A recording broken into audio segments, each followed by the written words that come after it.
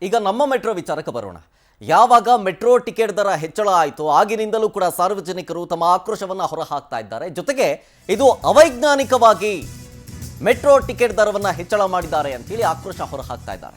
ಇದಕ್ಕೆ ಸಂಬಂಧಪಟ್ಟಂತೆ ಬೆಂಗಳೂರಿನ ಫ್ರೀಡಂ ಪಾರ್ಕ್ನಲ್ಲಿ ಬೃಹತ್ ಪ್ರತಿಭಟನೆಯನ್ನ ಮಾಡಲಾಗ್ತಾ ಇದೆ. ಜನಾಂದೋಲನ ಸಂಘಟನಾ ವೇದಿಕೆಯಿಂದ ಪ್ರೊಟೆಸ್ಟ್ ಮಾಡಲಾಗ್ತಾ ಇರೋದು. ಈ ಪ್ರೊಟೆಸ್ಟ್ನಲ್ಲಿ 50ಕ್ಕೂ ಹೆಚ್ಚು ಕಂಪನಿಗಳ ನೌಕರರು ಭಾಗಿಯಾಗಿದ್ದಾರೆ.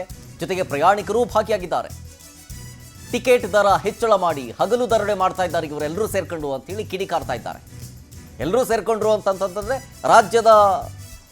ರಾಜ್ಯ ಸರ್ಕಾರದ ಬಗ್ಗೆ ಕೇಳಿದ್ರೆ ಕೇಂದ್ರ ಸರ್ಕಾರ ಅಂತ ಬೊಟ್ಟು ಮಾಡಿ ತೋರಿಸುತ್ತೆ. ಕೇಂದ್ರ ಸರ್ಕಾರದವರು ಕೇಳಿದ್ರೆ ರಾಜ್ಯ ಸರ್ಕಾರ ಮಾಡಿದ್ದು ಅಂತ ಕೇಳ್ತಾರೆ.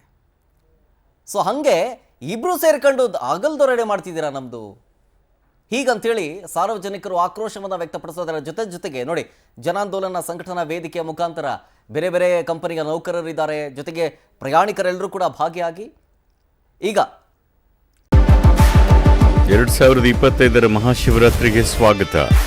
ಈ ರಾತ್ರಿಯನ್ನ ಧ್ಯಾನದಲ್ಲಿ ತನ್ಮಯರಾಗುವ ಅನುಭವವಾಗಿಸಲಿದ್ದೀವಿ. ಸಂಗೀತ, ನೃತ್ಯ, ಧ್ಯಾನ ಮತ್ತು ಉತ್ಸವಗಳಿಂದ ಕೂಡಿದ ರಾತ್ರಿ. ಇದು ನನ್ನ ಹಾರೈಕೆ ಮತ್ತು ಆಶೀರ್ವಾದ. ಇದು ಕೇವಲ ಜಾಗರಣೆಯ ರಾತ್ರಿಯಾಗದೆ ನಿಜ ಜಾಗೃತಿಯ ರಾತ್ರಿಯಾಗಬೇಕು. ಎಲ್ಲಕ್ಕಿಂತ ಹೆಚ್ಚಾಗಿ ಈ ಮಹಾಶಿವರಾತ್ರಿಯಂದು ಶಿವನ ಸಂಘದಲ್ಲಿದೆ. ಈ ಟಿಕೆಟ್ ದರ ವಿಚಾರಕ್ಕೆ ಸಂಬಂಧಪಟ್ಟಂತೆ ಬೃಹತ್ ಪ್ರೊಟೆಸ್ಟ್ ಅನ್ನು ಮಾಡಲಾಗ್ತಾ ಇರೋದು ಫ್ರೀಡಂ ಪಾರ್ಕ್ನಲ್ಲಿ ಗಮನಿಸ್ತಾ ಇದ್ರಿ.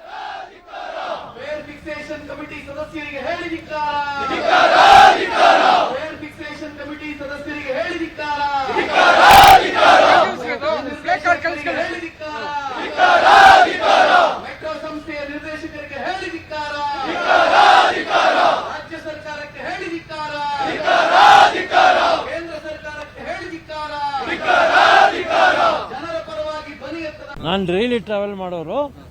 ನಾನು ಬೈಯಪ್ಪನಹಳ್ಳಿಯಿಂದ ವಿಧಾನಸೌಧಕ್ಕೆ ಟ್ರಾವೆಲ್ ಮಾಡೋ ಜನ. ಆದರೆ ನಾನು 26 ರೂಪಾಯಿ 60 ಪೈಸೆ ಇದ್ದಿದ್ದು, ನೆಕ್ಸ್ಟ್ ಡೇ ಇದು 55 ಚಿಲ್ಲರೆ ಆಗಿತ್ತು. ಇವತ್ತು ಬಂದಿದ್ದೀನಿ ನಾನು, ಇವತ್ತು 38 ರೂಪಾಯಿ ಕೊಟ್ಟಿದ್ದೀನಿ. ಮತ್ತು ನೀವು ಲೆಕ್ಕ ಹಾಕಿ. ಅಂದರೆ ಇದು ಒಂದು ಅವಿಜ್ಞಾನವಾಗಿ ಏಕಾಏಕಿ ಹಗಲು ದರೋಡೆ ಅಂತ ಹೇಳ್ಬೋದು. ಇದು ಸರ್ಕಾರಗಳ ನೀತಿ ರೀತಿ.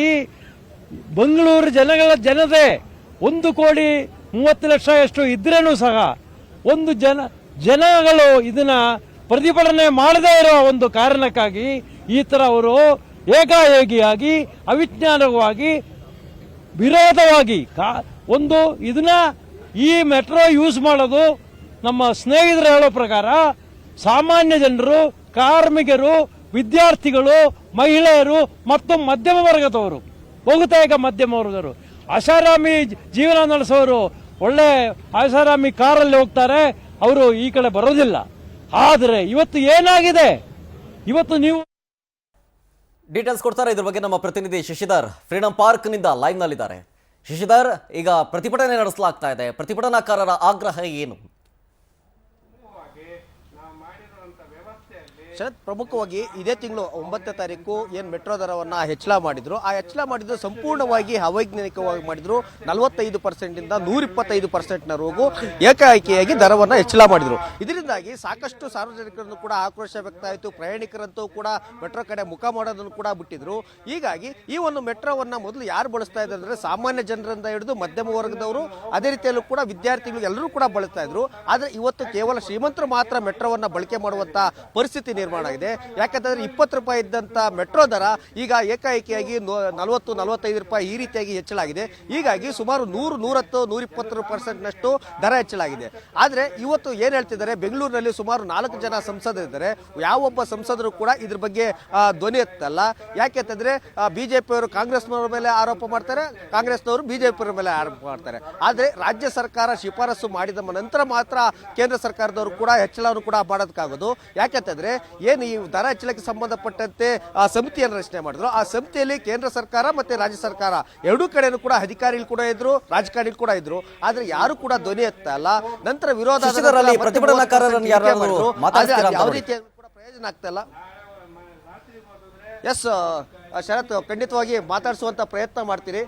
ಯಾಕಂತಂದ್ರೆ ಇಲ್ಲೆಲ್ಲರೂ ಕೂಡ ಈಗ ಸಾಕಷ್ಟು ಜನ ಎಲ್ಲ ಪ್ರತಿಭಟನೆಯಲ್ಲೂ ಕೂಡ ಎಲ್ಲರೂ ಕೂಡ ಕೂತಿದ್ದಾರೆ. ಯಾಕಂತಂದ್ರೆ ಈ ಒಂದು ಪೀಣ್ಯ ಇಂಡಸ್ಟ್ರಿಯಲ್ ಆಗಿರ್ಬೋದು, ಅದೇ ರೀತಿ ಕೆಲವೊಂದಷ್ಟು ಕಡೆ ನಗರದ ಹೊರಭಾಗದಲ್ಲಿ ಸಾಕಷ್ಟು ಕಾರ್ಖಾನೆಗಳು ಆ ಕಾರ್ಖಾನೆಯಲ್ಲಿ ಸೇವೆ ಸಲ್ಲಿಸುವಂತ ಸಾಕಷ್ಟು ಕಾರ್ಮಿಕರು ಪ್ರತಿನಿತ್ಯ ಸರಿಯಾದ ಸಮಯಕ್ಕೆ ಹೋಗೋದಕ್ಕೆ ಅಂತ ಎಲ್ಲರೂ ಕೂಡ ಮೆಟ್ರೋವನ್ನ ಬಳಸ್ತಾ ಇದ್ರು. ಆದ್ರೆ ಇವತ್ತು ಮೆಟ್ರೋವನ್ನ ಬಳಸೋದಕ್ಕೆ ಆಗ್ತಾ ಇಲ್ಲ.